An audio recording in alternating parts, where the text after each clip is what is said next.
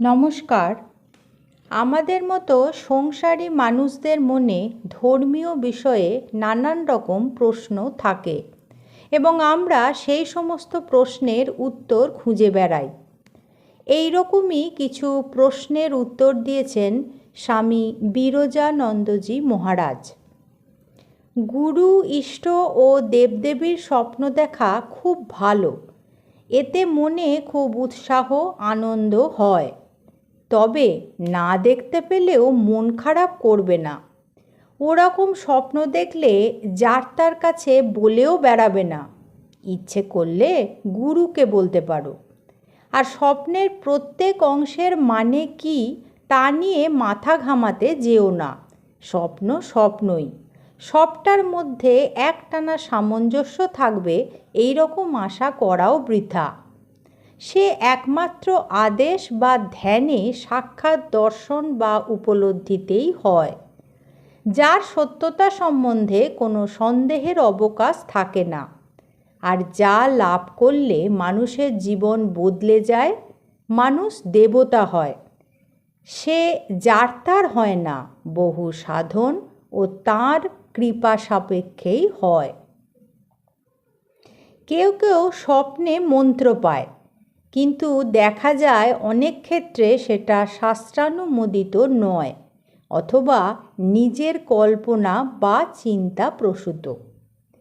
তবে দৃঢ় বিশ্বাস ও নিষ্ঠার সহিত জপ করে গেলে তা থেকেও সিদ্ধি লাভ হতে পারে। নিরিবিলি জায়গায় ক্ষীণ আলোয় বা অন্ধকারে ধ্যান করবে। কাপড় চোপড় আলগা বা ঢিলে রাখবে। মুখ বুজে নাক দিয়ে নিঃশ্বাস প্রশ্বাস ফেলবে। ধ্যান করবার সময় ইন্দ্রিয়গুলিকে অন্তর্মুখ করবার চেষ্টা করবে। চোখ বুজে দৃষ্টি হৃদয়ে অর্থাৎ নিজের অন্তরের অন্তরে রাখবে ও ভাববে সেখানে ইষ্ট বিরাজ করছেন। ধ্যান করবার সময় দেহাত্মবোধ অর্থাৎ এই দেহ বা ব্যক্তি আমি এভাবে ভুলে যাবে। নিজেকে অহং অভিমানী বোধস্বরূপ সূক্ষ্ম সত্তা ভাববে, আর ইষ্টকে ভাববে উপাধি রহিত, নিত্য শুদ্ধ বুদ্ধ মুক্ত চৈতন্য স্বরূপ। তিনি তোমার মধ্যে বোধে বোধস্বরূপ রয়েছেন, আবার তুমি তার মধ্যে রয়েছ বোধে বোধস্বরূপ। এই সব সাধন সাপেক্ষ, কথায় বোঝানো যায় না। পাশবদ্ধ জীব, পাশমুক্ত শিব। ধ্যান করতে গেলে একটু কল্পনা শক্তির দরকার হয়। খালি কাঠখোট্টা শুষ্ক ভাব ও জড় দৃষ্টি হলে চলবে না। শরীরের মধ্যে যে ষট যন্ত্র বা ষট চক্র, ছটা পদ্ম বা নাড়ি গ্রন্থি আছে, তাদের সূক্ষ্ম অস্তিত্ব নেই, চাক্ষুষ দেখা যায় না। তাদের কল্পনা করে নিয়ে তাদের মহাশক্তির আধার ভেবে তাতে ইষ্টমূর্তির ধ্যান করতে হয়।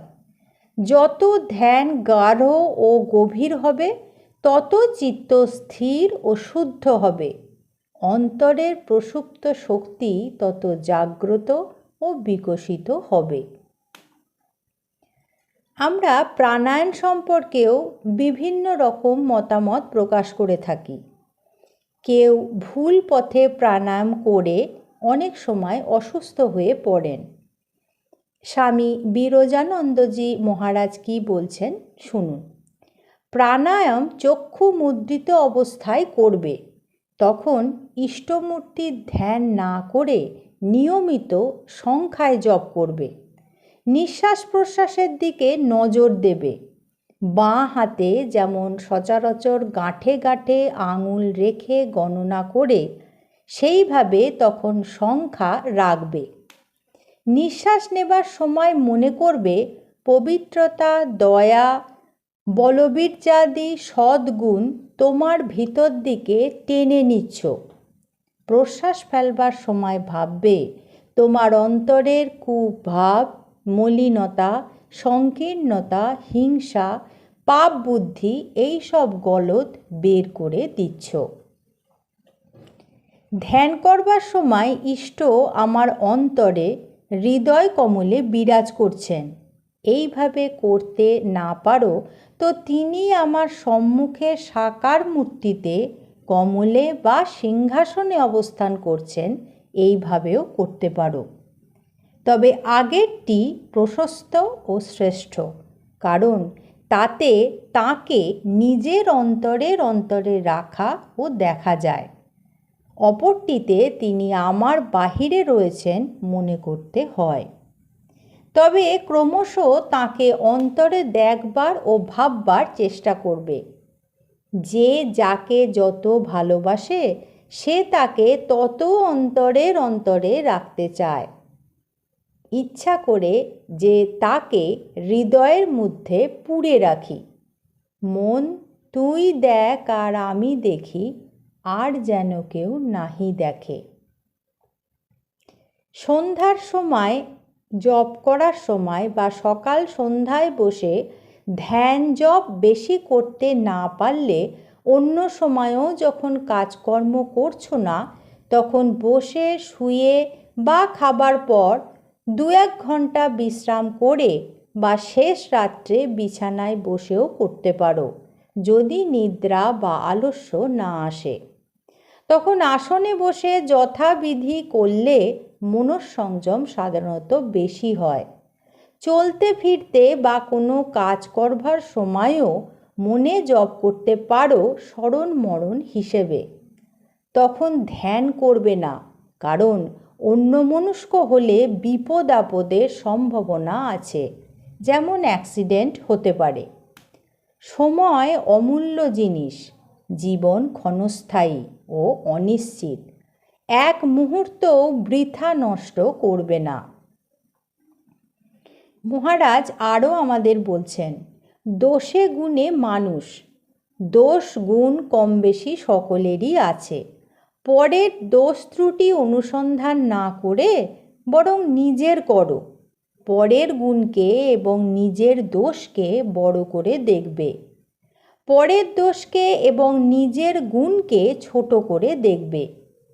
মাছি ভ্রণে বসে, কিন্তু মৌমাছি ফুলে বসে।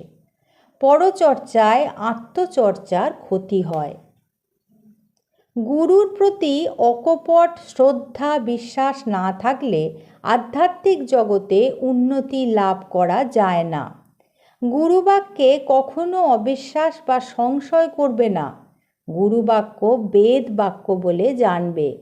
গুরুর উপদেশ নির্বিচারে সর্বান্তকরণে পালন করবার চেষ্টা করবে, যদি বস্তু লাভ করতে চাও। জানবে গুরুর মতো তোমার ইহকাল পরকালের হিতাকাঙ্ক্ষী আর কেউ নেই।